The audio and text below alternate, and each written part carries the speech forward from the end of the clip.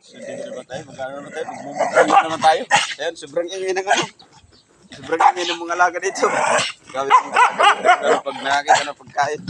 Talagang, ayan, kahit busog yan mga idol, grabe ingay.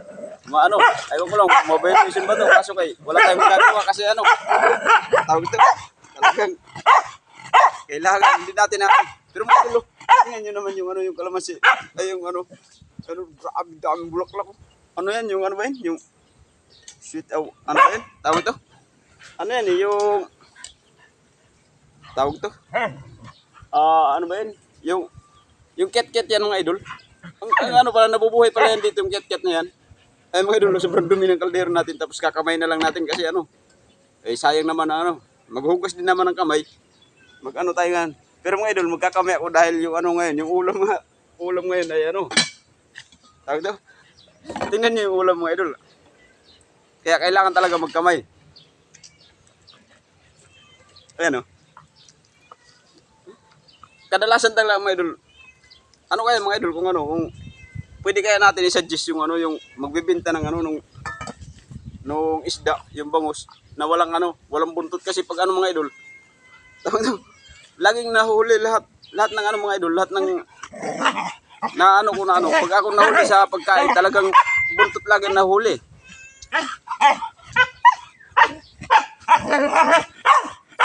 So pwede yung ano, yung buntot yung ano.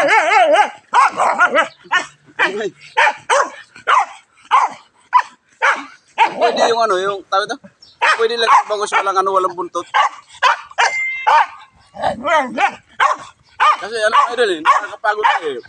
Bawat ano, bawat kain natitira lang buntot eh.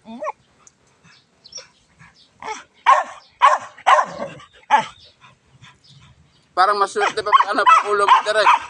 Pero bihira pa talaga ulo, natitira talaga buntot. Pero mga idol, ano to sa mga bata.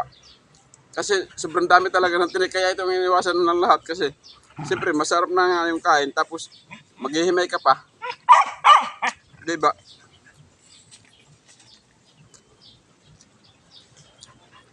Kaya pag nahuli ka talaga mga idol, ang matitira sa buntot na lang. Saklap talaga.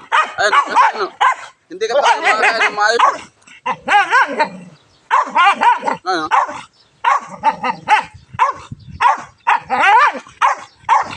Kailangan lang may pag ganito, magkakamay kayo. Kasi mayroon ano, mayroon ang kutsara kasi baka maano ba yun? Baka makinig pa kayo.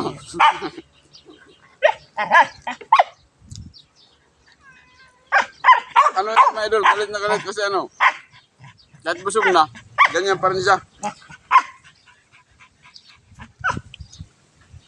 Naano kasi, nakatali. Kaya, hindi siya mapakali. Pero kung ano mga idol, kasi pag ano yan, makulit kasi yan eh. So, pinakawala, kasasa lang napupunta eh. Kaya lagi nakatali. Bantay lang kasi yan dito mga idol. Kailangan talaga mabantay, mga ano, mga matatapang na tulad niyan kasi ano. Pag mabait lang na aso, pag may pumasok, hindi tatahol eh. Kaya yan ang ginawa nilang bantay.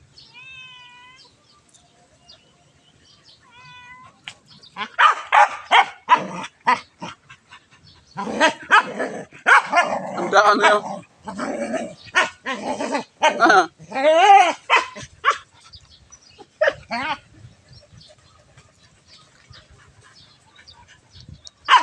Nandun talaga mga idol. Pero ito mga idol, okay na ito para sa akin. Ano ito? Kahit ito, bangus pa rin ito. Mas masarap pa rin ito kaysa sa ano.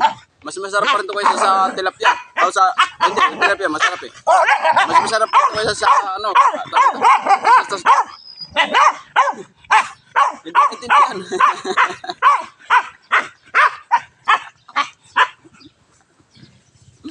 Hindi magkaintindihan.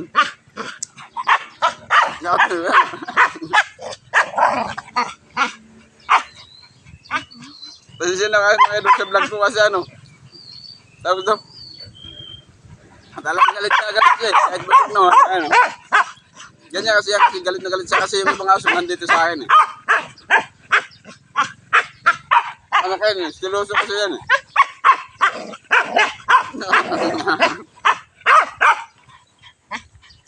Ipakita ko sa inyo mga idol kung bakit ano. Ayun, papakita ko sa inyo.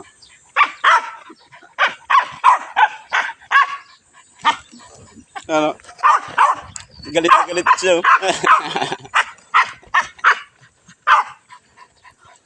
Galit na galit kasi siya lang nakatali.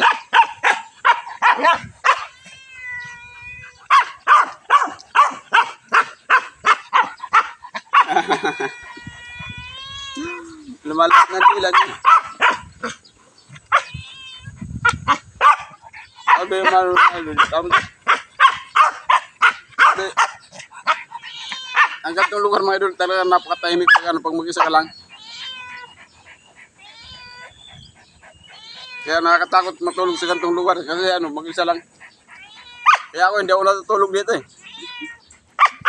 Kasi mga idol parang ba yun? Parang bundok na talaga eh. Kaya pag ako lumasa hindi ka lang natutulog dito. Sa gantong lugar mga idol pag mag-isa ka lang parang boring masyado eh. Kaya ako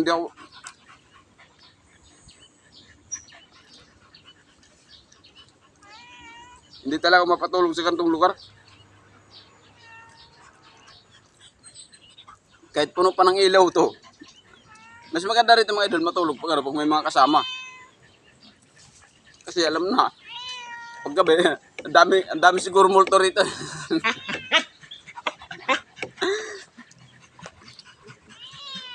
Kasi mga idol, ang dito pag gabi. Parang nakakatakot pag mag-isa ka lang. Yung hindi mo naman malayan, yung parang may dalabas talaga na. Pag nasa labas ka, pag tinitingnan mo yung paligid, pag gabi, yung parang yung parang may imagine mo, yung parang mo, nabivisualize mo na, parang may lalabas talaga na multo. Kaya mga idol, kaya ako hindi ako rito eh. Mas maganda sa mga lugar may kasama. Kasi pag wala kang kasama, okay lang din pag wala kang kasama, tapos lasing ka. Kasi makatulog ka agad. Pero pag hindi ka lasing nga, wala. Talagang matatakot ka talaga. Hindi, meron talaga mga idol, may mga tao talaga hindi matatakotin.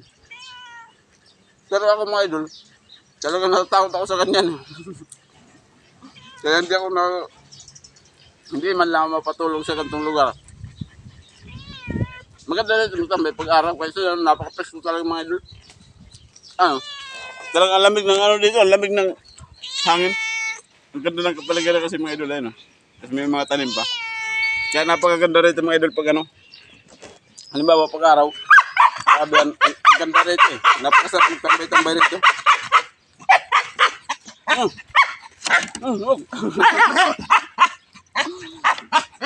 Ganyan dito mga idol pag ganyan yung mga alaga dito pag nagbablog ako rito ganyan sila eh. Naku, mahaba na pa naman idol. Dito naman na, maraming salamat sa panonood. Dito naman idol, sige.